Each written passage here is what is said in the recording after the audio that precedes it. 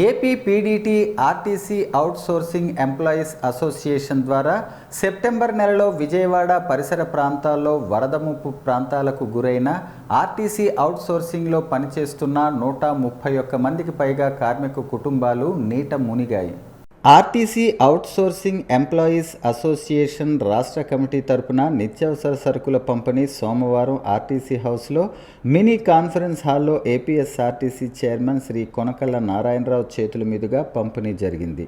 అదేవిధంగా ఆర్టీసీలో పనిచేస్తున్న కార్మికులతో పాటు రాజీవ్ నగర్, పైపుల్ రోడ్ మరియు కృష్ణలంక పరిసర ప్రాంతాల్లో వరద బాధితులకు స్థానిక సేవకులు బ్రదర్ మహిమాకర్ సహకారంతో స్వచ్ఛందంగా నిత్యావసర సరుకులు పంపిణీ చేయటం జరిగింది. ఈ కార్యక్రమం జయప్రదం అవ్వటానికి గల కారణం శ్రీకాకుళం నుంచి విజయవాడ వరకు సరుకులు పంపించడానికి సహకరించిన శ్రీకాకుళం డిపిటిఓకి, శ్రీకాకుళం 1 డిపో మరియు శ్రీకాకుళం 2 డిపో డిఎంలుకి హృదయపూర్వక ధన్యవాదాలు రాష్ట్ర కమిటీ నుంచి తెలిపారు.